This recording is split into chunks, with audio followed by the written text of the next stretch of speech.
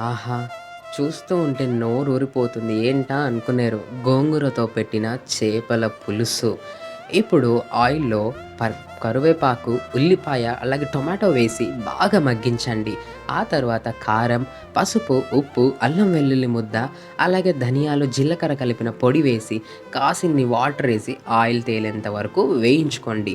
ఇప్పుడది వేగుతున్న క్రమంలో ఓ బాండీలో ఆయిల్ వేసి, గోంగూర, పచ్చిమిర్చి వేసి బాగా వేయించి, ఓ మిక్సీలో పేస్ట్ పట్టి, ఇప్పుడు కాగుతున్న అందులో వేసేసి బాగా ఉడికించండి. మీకు తగినన్ని గ్రేవీకి సరిపడా వాటరేసేయండి. ఇప్పుడు ఫిష్‌లో కారం, పసుపు, ఉప్పు, ఫిష్ మసాలా వేసి బాగా మ్యారినేట్ చేసి, పెనం మీద అటు ఇటు వేయించి, ఇందులో వేసి ఓ 5 నిమిషాలు ఉడికిస్తే సరిపోతుంది. మట్టి కుండ కాబట్టి చాలా వేడిగా ఉంటుంది కాబట్టి సింపుల్‌గా ఉడికిపోతుంది. చూస్తూ ఉంటే నోరూరిపోతుంది కదా! ఆహా! అనిపించేలా ఉంది గదా!